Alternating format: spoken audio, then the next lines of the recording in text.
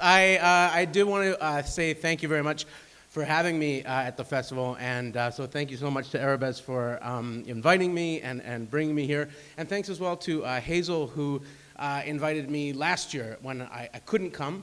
I said I had to turn down the invitation. I had an 11-month-old baby, and then so I said, but please do ask me again. And so this year, the baby's 22 months. I'm pretty much done. So I was able to come and just be here with you guys. It's going to be a slight change of pace because I don't write poetry. I write prose, but it was such a terrific honor to get to share this evening with Fortner and Carolyn, and thank you very much. And how about a round of applause for them as well, which was just terrific performances.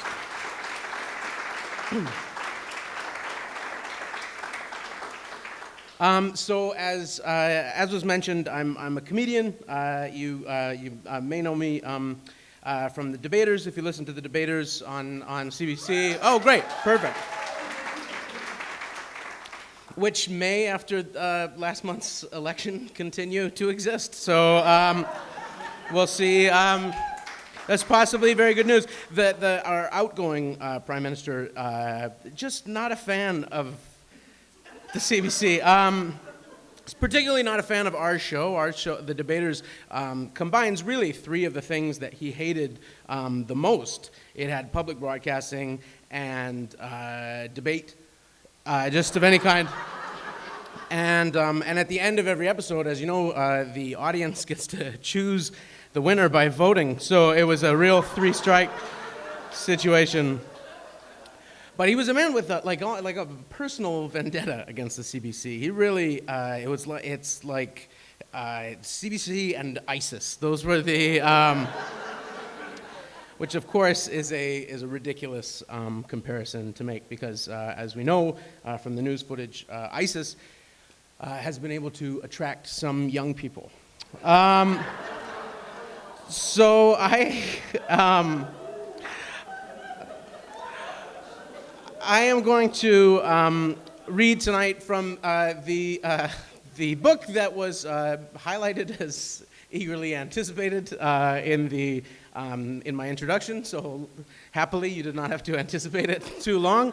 It launched a month ago, and we did the Toronto launch. We launched it a month ago in Vancouver and did the Toronto launch last night. This is The Horrors. It's a book of essays. And what I've tried to do is to write something at least a little bit funny about a horrible subject for every letter of the alphabet. And so some of them are a little lighter, some of them are a little heavier. And I'm going to start with the entry for J, which is on the subject of junk food. I went to the Chicory Common when I got into town and bought a bunch of dried fruit, so I'm feeling pretty good about myself. And thank you as well to Steve and Jenny, who are hosting me and letting me stay at their place, and I really appreciate it. And Steve, who guided me down from Chatsworth, which I accidentally drove up to. And had the slightly surreal experience of trying to get from, say it again, Garifraxa is the name of the street, to get from Garifraxa Street, which is where what I was on in Chatsworth, to get to Garifraxa Street North, you drive half an hour south, and you cross the River Styx on the way as well. So it was a big afternoon for me. So this is the essay, this is J for junk food. When we became parents, my wife, Kara, and I assumed the responsibility of codifying values that had until then gone unspoken, developing household policies with regard to capital B, capital T, bad things like drugs, movies with violence and swearing and princess imagery, and junk food. We'll enforce these guidelines with various degrees of strictness and consistency, aware that the moment our daughter leaves our home, even if only for a few minutes, she'll escape our sovereignty, and the rules will dissolve as quickly as a sugar cube in the mouth of a wild-eyed child. Most likely, her sugar cube and her wild eyes. We were both raised by parents who tried, however quixotically, to enforce unswerving limitations on junk food. The result is that, all these years later, I tend towards being the healthiest eating fat guy you're ever going to meet. I was interested as the weighted levity of Charles Demers, which I wasn't sure. I hope refers to the writing. Around the world, but particularly across North America, or as it's known globally, the not that into belts belt, panic has set in about the damage being wrought by cheap, highly processed junk foods. And whenever the news runs a story contributing to this panic, they use footage of bodies exactly like mine, waddling through public spaces without heads. But although I share the stretch marks and the self-hatred of the junk food eaters, I don't have their nacho cheese orange fingertips. For the most part, I'm a binge guy, not a junk guy. Although occasionally, even the spelt breadiest of us goes for something in a bright, crinkly bag. Similarly, my own childhood was not junk food free. Most of my early memories of eating delicious garbage are bound up with my best childhood friend and next-door neighbor, Sean Zavarisi. Sean and I were both chubby boys and loved each other with the ardor that only children who happen to live close to each other are capable of mustering. To put our platonic infatuation in perspective, one summer evening, a section of the fence separating our backyards collapsed, and Sean and I marked the occasion by running for hours in a loop between the two properties, celebrating like Berliners drunk on Pilsner and the collapse of Stalinism, the fact that we were no longer divided. This is why I've always believed that, although good fences make good neighbors, terrible fences make for fucking fantastic ones. As per Italian-Canadian custom, Sean's family had a vegetable garden in the backyard where they grew cherry tomatoes and other earthy goods, but we never ate those. The cherry tomatoes weren't there to be eaten. They were there to be picked by Sean and hucked at trucks that happened to be driving down our alley, while I cowered in fear at a safe distance. Instead, at Sean's, we treated our toe-dragging metabolisms to quick spikes of all things unwholesome. We ate bag after non-biodegradable gray bag of bulk nacho chips. One afternoon, we found and drank an entire flat of pop bottles behind the bar downstairs. Scarface-like, we even got high on our own supply. One afternoon, Sean, my little brother, and I decided to open a store on the sidewalk in front of our house, setting up an old TV tray, covering it with bags of chips and candy, ready to do business, until some older boys came by on their bikes, one of them oozing malice and sunscreen. "Well, well, well," he said, sounding like Mean Kid #1 in an 80s movie, setting up the protagonist for a sweet revenge to which we in the audience could thrill vicariously. "Selling without a license? I guess I'll have to confiscate your merchandise." These were his exact words. It seems so bizarrely Canadian in retrospect for this young tough to have bullied us using the language of a low-level government bureaucrat. The kid began to scoop our goods into his arms until Sean, who was gigantic, socked him. Wanting to do my part, I went over to the bully's friend, who was sitting on his bike, observing from a polite distance, and shoved him off of it. Thusly thwarted, the two older boys rode off down the street, leaving Sean and me to survey our wares, shrug, and decide that the shopkeeper life wasn't for us before taking the inventory into the backyard to gorge on it. At our house, junk food, pop, and candy were supposed to be for special occasions, but evading this prohibition was as simple as hopping the border to the Zavarisis. It drove my parents bananas, another food we never ate next door. Mom and Dad were livid when one night, around midnight, in the middle of a sleepover, Sean's dad took us to 7-Eleven, a trip they worried might imperil not only my nutritional health, but also, in the event of a holdup, my physical safety. Stories like this, middle-of-the-night trips to 7-Eleven, coupled with the paranoiac fear of armed robbery, go a long way towards explaining why today I am both fat and have to take anti-anxiety medication. If the bad influence, junk food-wise, was for the most part unidirectional, if my parents were largely blameless in ensuring that when we played G.I. Joe, the initials stood for glycemic index, there was one exception, one mouth-watering piece of shit food that my parents sent Sean home with a taste for. One anomalously junk-leaning meal in rotation at our house was alphagetti on toast. Alphagetti being a canned alphabet-shaped pasta that erased any good it might do in the literacy department with its copious amounts of sodium and simple carbohydrates. If you're wondering why we were served pasta on top of bread, it's because my father was always worried that we kids weren't getting enough gluten.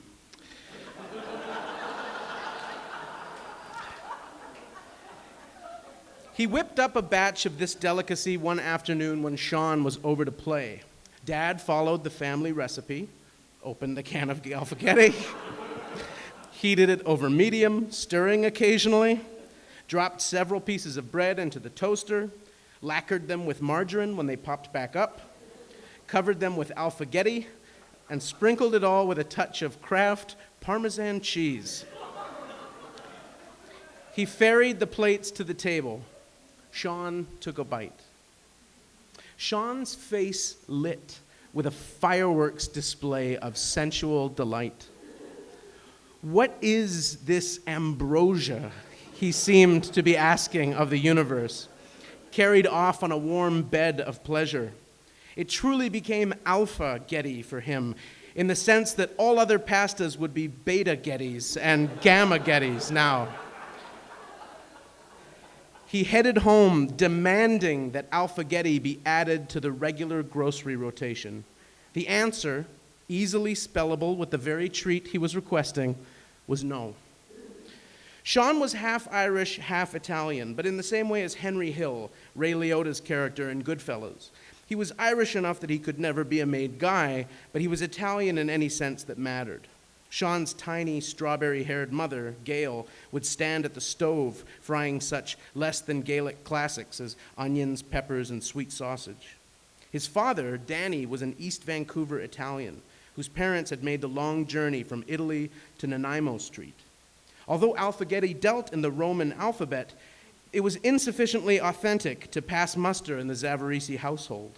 No way was Danny going to welcome into his home this industrial monstrosity, this excremental canned slur against the proud culinary history of a great Mediterranean civilization. Yet, in the end, what could he do? His son was in love. As in many seemingly intractable cases, the solution was to be found in compromise. Alphagetti would be allowed in the house, but on condition that it only be served on toast. The wisdom and simplicity of that decision remain inspirational to me. And as a father myself now, I hope to try to remain conscious of the main parenting lesson to be drawn from it. So many of the challenges we will face are matters that can be solved with a simple act of reframing, recontextualization. Because as pasta, alphagetti is refuse, an unwholesome and insulting mass-market derivative of a great traditional foodstuff. But as a condiment, it can't be beat. Thank you. I'm going to, thanks very much. Thank you. I'm going to now read the essay for H. The entry for H is for heteronormativity. So this essay is kind of, I guess, ends up being about my fraught relationship with manliness, which continues to be fraught.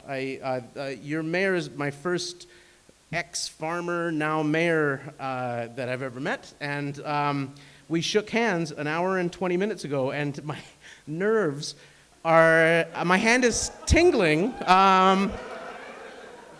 still tingling, and I'm in a pink shirt. So that sums up, generally speaking, my relationship with masculinity. And this essay will give you a bit of a hint as to why.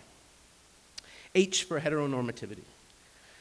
When I was about 20 years old, my brother around 17, our dad took us out for what was meant to be a nice family dinner in one of Vancouver's tackiest sushi restaurants.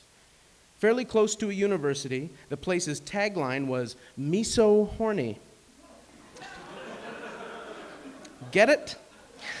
Just like that war zone Asian sex worker in that movie. And it was done up in quasi-tiki decor that seemed designed to reassure frat boys in their choice of shell necklace. Ringing the outside of the dining area were normal tables, but up the middle were a collection of semi-enclosed AirSats South Pacific hut tables, one of which had been reserved by my dad. There was, however, a hitch in the plan, one that went beyond mere matters of good taste. For whatever reason, the diners that night were taking an inordinately long time in the tiki huts. Dad was uncharacteristically ornery and short-tempered about the seating arrangements, insisting that he had reserved a hut for his family. For our parts, my brother and I, being, with the exception of a few forever lagging body parts, grown men, squinted in petulant confusion. Who cares? Insisting that we were hungry and largely uninterested in themed seating, we cajoled Dad into accepting the host's offer of a regular table along the wall. Once seated, Dad nervously and enviously eyed the shelter of the tiki huts. As it happens, he hadn't chosen the special tables for the whimsy. He had wanted the privacy of those obnoxious enclosures because he had something important to tell us. But having screwed up his courage for the big night, he wasn't going to stop now. "I'm gay," he said. We sat quietly for a second, absorbing his words, reading his sweet and vulnerable and expectant face. "Is that why the house is always so clean?" I asked.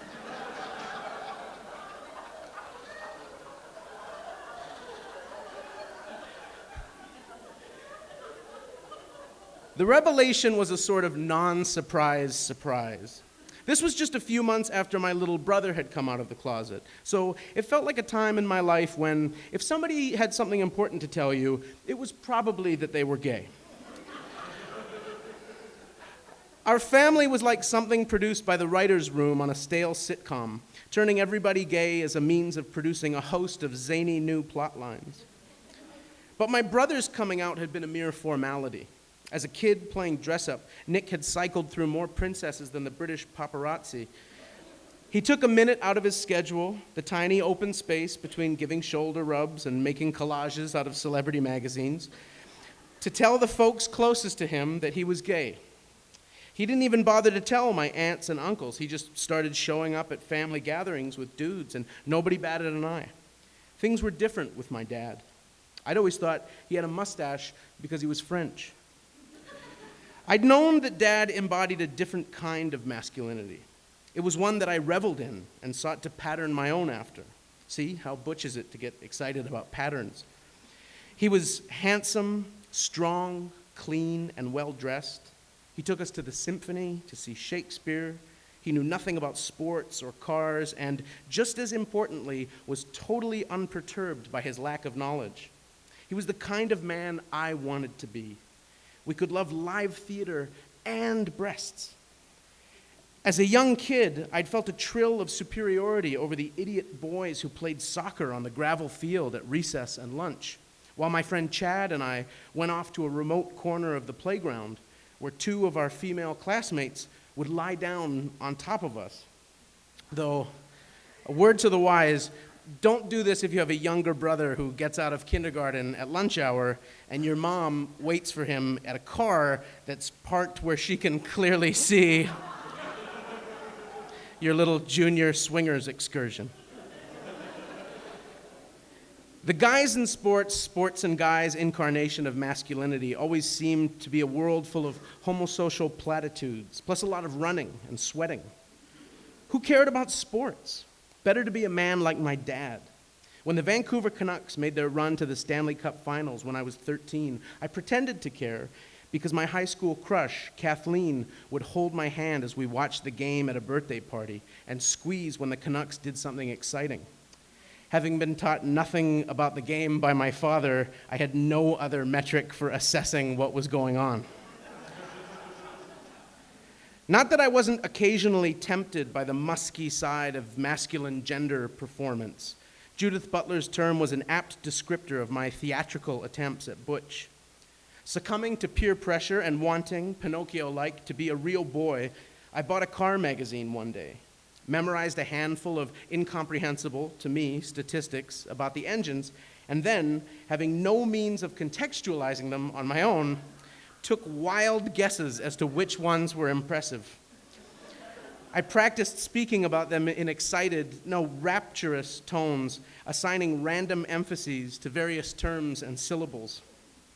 I remained, though, largely mystified by straight male culture. When we were 16 years old, my friends and I, all young communists, pined to visit Castro's Cigar Lounge downtown. Without fake IDs, though, it seemed as much of a long shot as when a band of rebels disembarked the good ship Granma only to face the troops of Fulgencio Batista. Incidentally, I have no recollection of what we expected to find in Castro's Cigar Lounge. Doubtless some Marxist salon with overstuffed leather chairs and a libertarian approach to smoking bylaws. One night, unable any longer to resist our curiosity, we did our best to age up, carefully choosing our clothes and sneaking into my friend's older brother's room for some hair gel, because for reasons I can't possibly understand today, we apparently didn't have access to our own hair gel. Crossing the threshold into Castro's, passing a collection of billiard tables, we moved to the bar and asked for the pool balls, which were handed to us without a fuss. We'd done it. Exchanging sly smiles, we made our way to the felts. On the way, I noticed an attractive server dressed in tiny, aggressively sexual cutoffs. In a fit of extraterrestrial naivete, I honestly thought to myself, those are inappropriate. It's weird that her boss lets her wear those to work.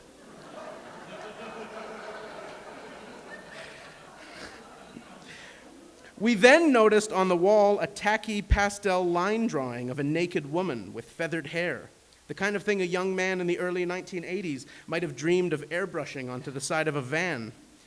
Just as we began piecing together where we were, a stage in the far corner of the room began to fill with artificial fog. Our feminist sensibilities outraged, yes, really, the four of us hightailed it, beating a tactical retreat in tribute to the gorillas before us. In the years since, sitting in the sad sobriety of post-ejaculation, closing the browser window, I've often wondered where that sweet sense of shock went. In truth, much as I'd patterned my own heterosexuality after my father's heterodox approach, I remembered in the aftermath of his announcement that I'd suspected he might be gay back when I was 13. It was a few years after my mother had died, and Dad was seeing a lot of his friend Don, a sweet, doe-eyed man with whom he would sit in his room with the door closed and watch movies. Jesus Christ, was I ever so fucking gullible.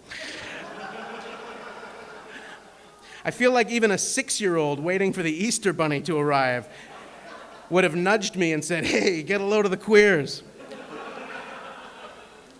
Lying in bed beneath a Montreal Canadiens pennant that signified 100% ethnic affiliation and 0% actual interest in sports, I would pray to God that neither my dad nor I was gay.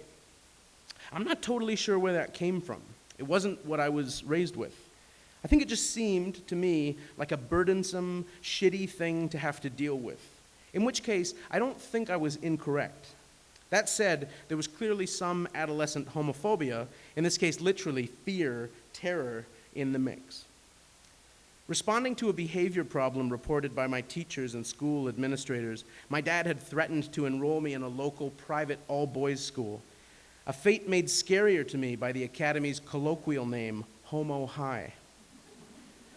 Dylan, one of the other class clowns / denizens of the principal's office would taunt me that I was going to be sent to gay lesbian school, running the words together into his own little portmanteau. If only I'd known to call my single dad's bluff. There was no way he could have afforded to send me to private school. In the instant my dad came out of the closet, the only thing that worried me was what it might mean about my parents' relationship. To have a sham marriage added to my dead mother's collection of tragedies would have been far too much to handle.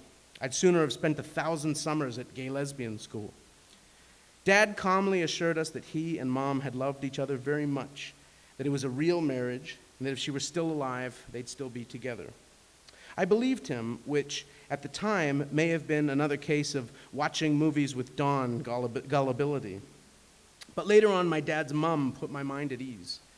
She told me about Dad's first coming out, when he was about 20, after he'd left Montreal and arrived on the West Coast, sending a letter home to his mother, explaining to her what she already knew, that for her, petit chou, was where the heart is. She had written back with her unconditional love and support, explaining, as I understand that many mothers do, that she had always known. Sometime later, he wrote to tell her that he was in love with a woman, and she told him he didn't have to pretend. He assured her that he wasn't pretending, that he was in love with a woman, my mother, and they were getting married. The whole story sounds even sweeter in French. My panic about the authenticity of my parents' romance was satisfactorily dismissed. What I probably should have been worrying about instead was losing my model of a cool, gentle, sophisticated heterosexual manhood. As the sole familial responsibility for vaginal intercourse fell on my shoulders, I was left behind. I'd grown up thinking that the men in my family were swans, more elegant and sophisticated than the ugly ducklings surrounding us. As it turned out, though, that was only partially right. Dad and my brother were swans, but I was just a duck. And in the end, as they opened their white wings to their full breadth to take flight, I'd have to learn to live among my own kind, sinking into melancholy as I realized that all the other ducks wanted to do was talk about how Anaheim is doing in the NHL Western Conference. Thank you. And the last piece that I'll read is kind of the lodestar of the book, and it's about my mother, who's kind of the book is dedicated to my dad, but it's kind of dedicated to my dad in relief. The dedication actually reads, "For my father, Daniel Demers, whose unshakably positive outlook on life has been my only reason for ever questioning his paternity." And the book is really kind of an extension of my mother's whole sensibility of life, which I always feel had to do with connecting pain and humor. The book opens with a story of one of my mom's great jokes, which is that just right after I was born, and I was born in the days when women who gave birth vaginally were just given episiotomies kind of as a matter of course, whether they needed one or not. And so afterwards, when the doctor was stitching her perineum, my mom turned to the doctor and she said, might as well stitch it all the way up. Nobody is getting back in there.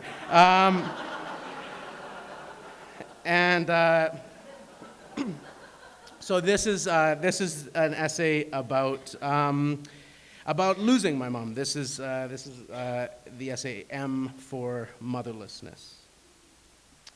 Long before the advent of Glee and the Revenge of the Nerds, I attended an outlier high school where cool, popular kids were on the debate team and sang in the choir.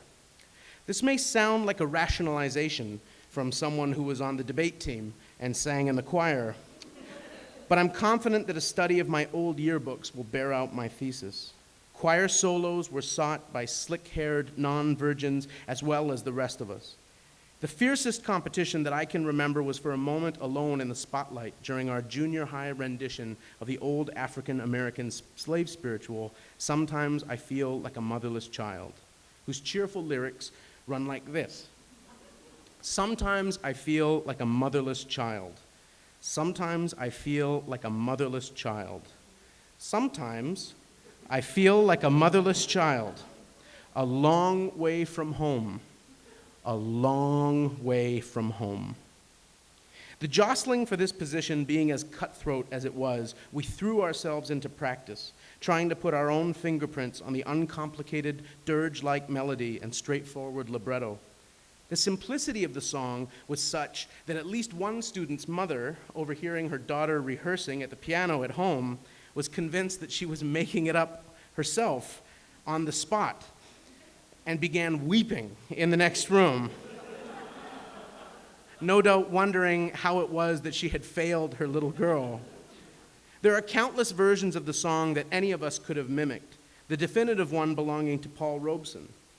Bob Marley sang an iteration, too, called Where Is My Mother, albeit a derivation with more lawyerly respect for technicality, clarifying that he is not actually motherless, just feels motherless. There is also a lunatic, psychedelic jazz interpretation of the original song, recorded in 1970 by Kathleen Emery, whose whole tenor is so wildly inappropriate and contrapuntal that it verges on the transcendent. But this was the middle 1990s, heyday of the now-forgotten cultural phenomena of hidden CD tracks and Hootie and the Blowfish. And sometimes I feel like a motherless child lies squarely in the middle of a Venn diagram of both. On their 1994 album Cracked Rear View, whose title sounds like something my mother would have said if someone's pants were riding too low, Hootie et al. Provide a minute-long a cappella track of frontman Darius Rucker singing our song. Ultimately, it was this version that was successfully imitated by the fellow who landed the solo at my school. A young man, I should add, who went on to a career in musical theater. But of course, he had a mom. And with a mother's love as the wind in one's sails, what the fuck can't one do? As I remember, I auditioned for the solo too, which really wasn't fair to our choir teacher, the movie beautiful Mrs. Taylor. If a kid with a dead mom wants to stand up obliviously in front of the whole school and sing about how sometimes he feels motherless, you can't let him do that, can you? But you also can't tell him he can't. I guess it's lucky for all of us that Hootie Kid came along with his undeniable technical mastery to lift the decision out of Mrs. Taylor's long-fingered, graceful hands. To be honest, although I was by that time just 5 years motherless, I can't recall identifying my own predicament in the song's poetry, and it's probably just as well. If I had realized, as a traumatized and solipsistic teenager, that African-American slaves, high in the running for history's most hard-done-by group of people, had been using my literal condition as a metaphor for their suffering, my already unstoppable self-pity would have gone supernova. In the end, though, it seems to me that if I wanted to sing the Motherless Child solo, they should have awarded it to me on a technicality. Hootie be damned. I would have taken a sympathy spotlight. Christ knows I had earned it. Someone who lost their father when they were very young once told me that it was always important to her that other people didn't feel sorry for her, that she wasn't viewed as a charity case. And I told her that I couldn't relate to that at all. There's not even one small part of me that can. I always wanted all the pity that was coming to me for losing my mother. As it turns out, when I got it, it wasn't nearly enough. After Princess Diana died, a family friend said to me, quite sincerely, that they imagined I must be able to relate to how Prince William and Prince Harry were feeling. Besides that seeming, in retrospect, like a bizarre thing to say, unless the family friend were Elton John, it struck me as being the exact opposite of the truth. The whole world, with the exception, one imagines, of some hard-hearted IRA types and committed American Revolutionary War reenactors, stopped to mourn with William and Harry, acknowledging both their mother and their loss. Everywhere they went for the rest of their lives, people would see them with the tenderness one reserves for orphans and quasi-orphans, the warm indulgence of flaws and failures, bottom lips bit in admiration for all they'd been through. They got to put on a concert in their mother's honor, with her favorite musicians, and everyone on earth got to see it, had to see it. My mother died in our anonymous stucco house in a suburb adjacent to Vancouver on the very edge of the world. If I want people to know that her name was Robin, she loved the Four Tops and James Taylor, I have to tell them. And when I walk into a room telegraphing my neediness, as I invariably do, all anybody sees is a loud, straight, white man who needs to be coddled even more than an entire society engineered to coddle loud, straight, white men already does. My mom, whom I worshiped, who was deeply loving and generous to the people in her life, who was religious in the best possible way and so funny you can't believe it, the same family friend who made the observation about the princes once told me, rightly, that my mother was much funnier than I am. Quote, like not even close, end quote. My mother got sick when I was 5. Before I turned 11, she was gone. And in the intervening years, she was away from us, in the hospital, getting treatment, sometimes for 6 weeks at a time, sometimes without any warning. That kind of thing leaves wells of fear and resentment deep enough to power whole economies of anger, neediness, and insecurity. Albertan tar sands of thick, viscous, dirty fuel for unpleasantness. For instance, there was a period in my life during which I resented babies. Resented babies. Try to imagine the level of anger and hurt it would take for the sight of a cooing babe in the soft arms of his mother to make you think, look at that smug little asshole. He doesn't know how good he has it. Happily, this short-lived, unseemly characteristic eventually gave way to an over-identification with any child, anywhere, in need of a parent. Once, because of shingles underneath my wife's breast, I had to bottle feed my daughter formula in the middle of the night. Her wailing, motherless confusion was more than I could handle, and soon I was heaving sobs alongside her. It is difficult for me to make jokes about death because in our house it was a terrifying and too real taboo. When we were kids, no matter how heated a fight got between my brother, Nicholas, and me, we would never allow ourselves to yell, "I hope you die," even if we desperately wanted to. Instead, the worst we'd let out was the more euphemistic, "I hope you get hit by a truck." I still have great respect for this loophole, which had all of the feigned, outraged innocence of a mafioso on the witness stand. Hey, whoa, I didn't say I hope he'd die. That'd be totally out of line. I just said it wouldn't bother me if he were hit by a truck. That's all. What happens after that is up to the truck. My baby brother, thankfully unstruck by any errant semis, was there on March 11th, 2011, 20th anniversary of my mother's passing. I had asked for a family gathering to mark the occasion, but in the house with my aunts and uncles, I was inconsolable and had to excuse myself. My brother followed me upstairs, trying to comfort me, reassuring me that we were not alone. All of our family was there with us. And they're all here, he said, perfectly earnestly, to celebrate Mom's death. My brother's innocent slip of the tongue, which made my mother sound like Darth Vader, with jubilant Ewoks dancing around the empty shell of her mask and armor, celebrating the end of her tyranny, melted me into peals of uncontrollable laughter. To be laughing, my mother's first language, with my brother was not enough consolation to stop me feeling like a motherless child, but it did keep me from feeling like I was a long way from home. My little brother, too, had once sung a slave spiritual. Mom was in the hospital, and Auntie Heather gave my brother, who had been very small back then, with his beautiful voice, the phone. Nicky sang "Swing Low, Sweet Chariot," and my mother listened, with love for her second-born, this tiny little boy, singing into the receiver about bands of angels and the Jordan River, and she thanked him when he was finished. When my aunt came back on the line, Mom was finally able to release the feelings that she'd kept inside while Nikki was singing. Can somebody please teach that kid a different song? Thank you very much.